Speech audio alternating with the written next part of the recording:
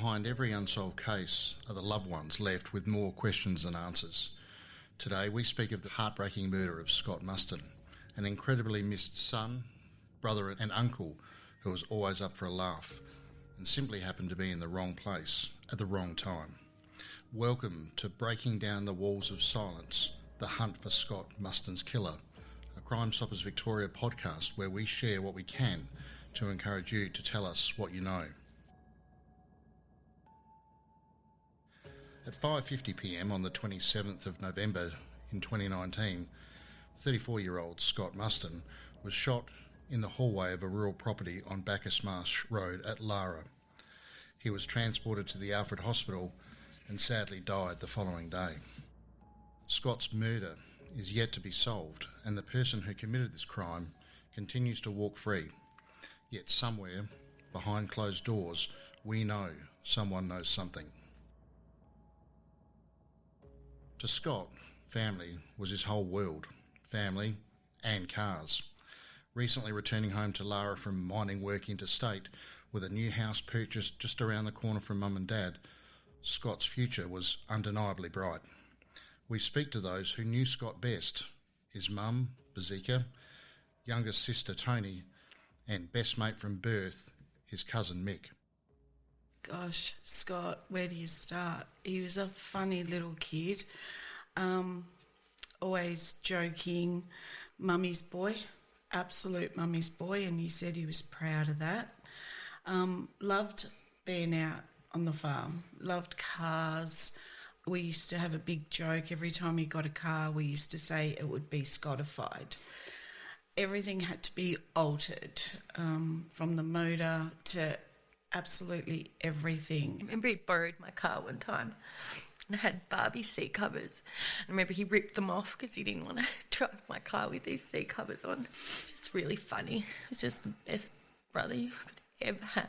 Our whole teenage years was working on cars out over across the road at my grandma's shed and at my shed at my houses and at his houses, always working on cars, yeah. He had a Toyota Chaser, pride and joy. I bring it out on his birthday and maybe his anniversary, which I hate saying anniversary, but yeah, just on that or worthwhile events. Other than that, it's just locked up. It's still exactly the same as he had it. A friend to all, Scott's quick-witted humour left a lasting impression. When we were young, we used to ride our push bikes out here and our uncle across the road. If we didn't have our helmets on, he'd always let our tyres down. And then one night, Scott goes, oh, when Frank comes home, well, let's let his tyres down on his car. And we're like, all right, well. So yeah, Frank come home from night shift and we let all the tyres down on his car. And sure enough, he got up to go to work at night shift the next night. And yeah, we were in for a rude awakening there. He was a shithead. So funny. He used to take care of us so much. We felt safe that we had a brother like Scott. He used to joke with us all the time. He used to do shit brothers do to their sisters. He used to play as kids out in the paddock all the time. And we used to flatten the grass and we'd play lion. We'd be lion families and we'd flatten the grass and we'd play in there. Friendship was really important. Always had friends here, but most of all, his best time in his life was when he became an uncle. He just adored his niece, and then came others, and he just, proudest moment of his life, he just worshipped those girls like you wouldn't believe. I think that was the most important thing in Scott's life, with his family. Like Mum said, his nieces were everything. His cousin Mick was everything. Me and Nicole were everything to him.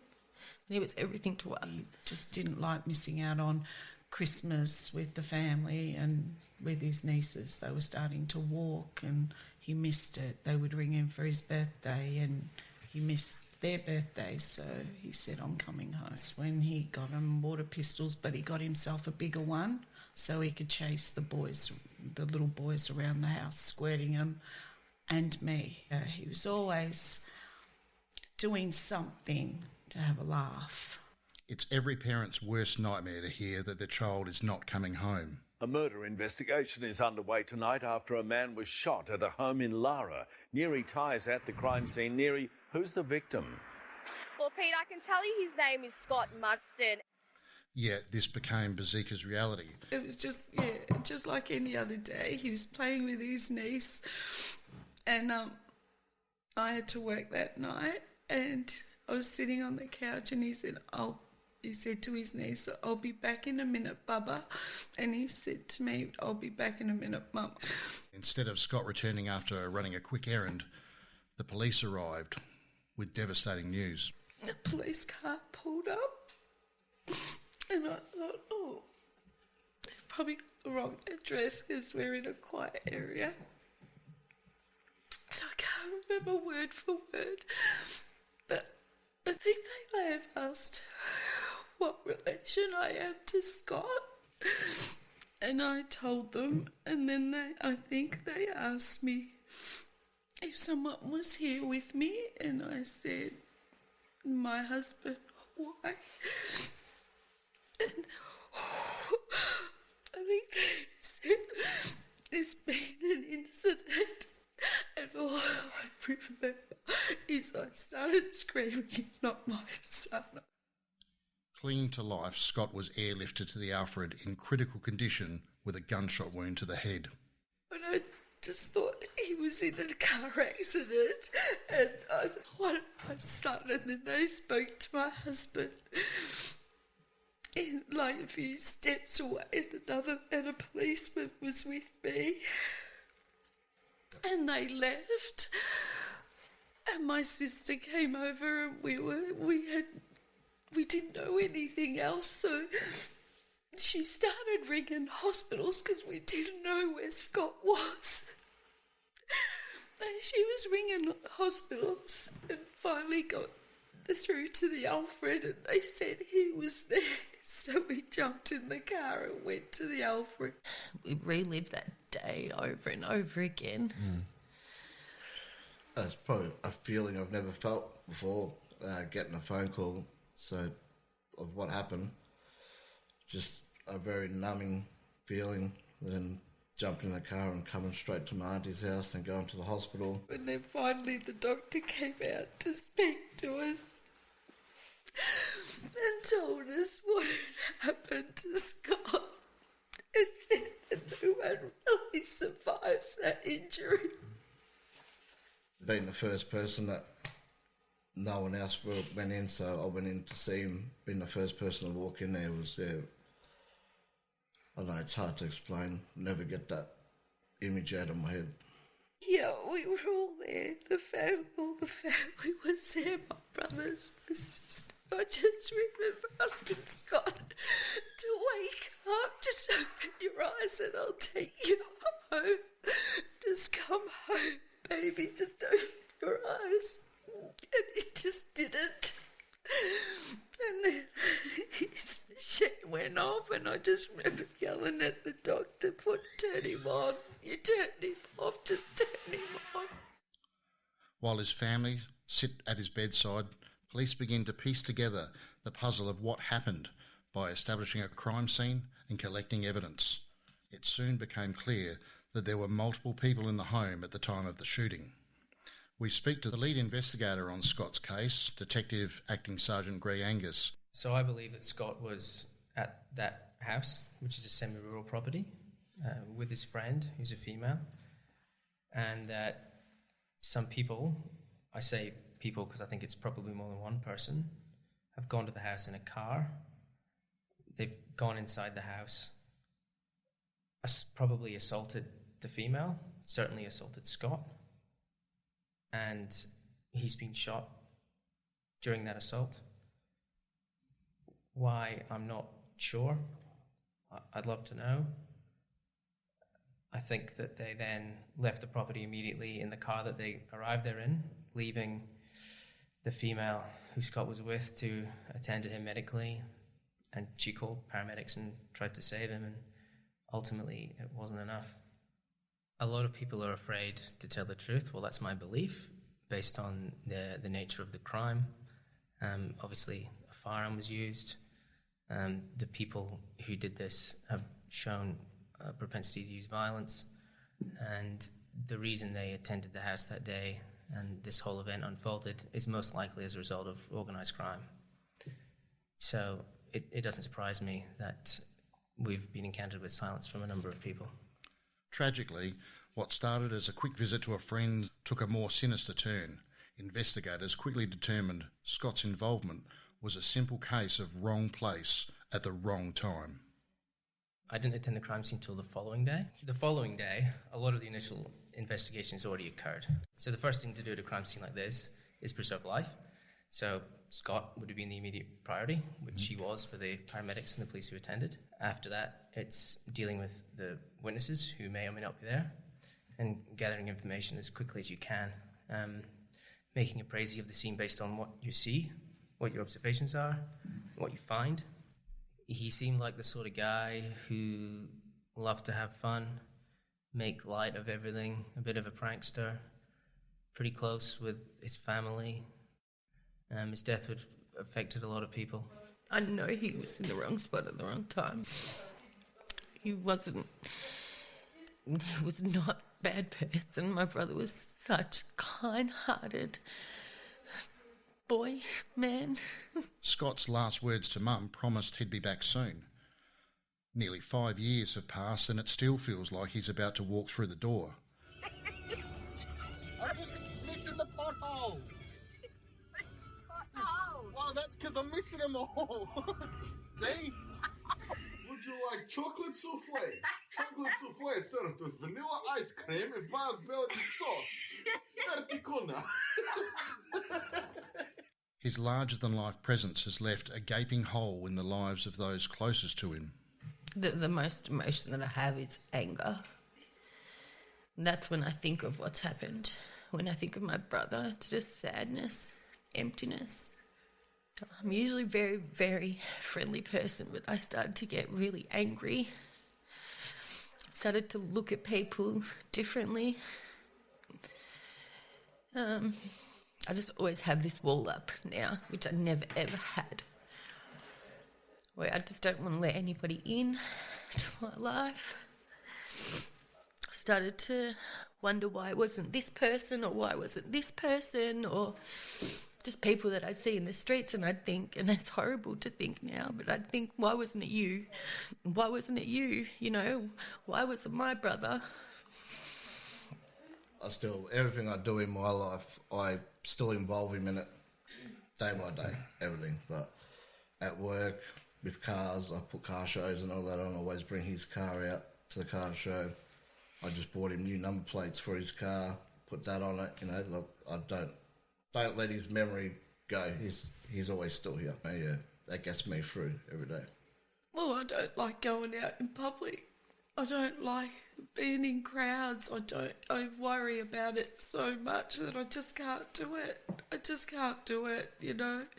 Am I saying, oh, sorry, excuse me, you know, to the person? Am I being polite to the person that took my son away from me, you know, that took his life? Scott's family live with the uncertainty surrounding his death every day. I don't know what happened, really. I know that he was shot there. We haven't really heard from the police what exactly happened, so I don't really know. That's all we sort of got. There's so many stories, I think, and even we read in the paper or on the news, and they're completely different. So you think, oh, well, which story was it? And then you'd hear, a little piece from the police, and you think, well, that's different to what this said, or that's different to what this said. So you don't really know what to believe, I suppose. It's very frustrating that, on that day, there was people there, people seeing what happened, and no one wants to stand up and talk, That's what takes its toll on me pretty much every day. There's not a day that I don't think about it. Solving Scott's murder remains a priority for both his family and Victoria Police. I often, regularly contact them, and I just, I know that they haven't forgotten Scott, but I just always write, his name was Scott and he meant the world to us, and then I just ask, just wondering if there's any updates that, could help us. And, a few times they've made times to come and speak to us just to listen. And to us it feels like it's slow because it's 4 years, but when they speak to us, it's not, like, from what they say, but to us it feels it because it's 4 years and these people are still out in the public.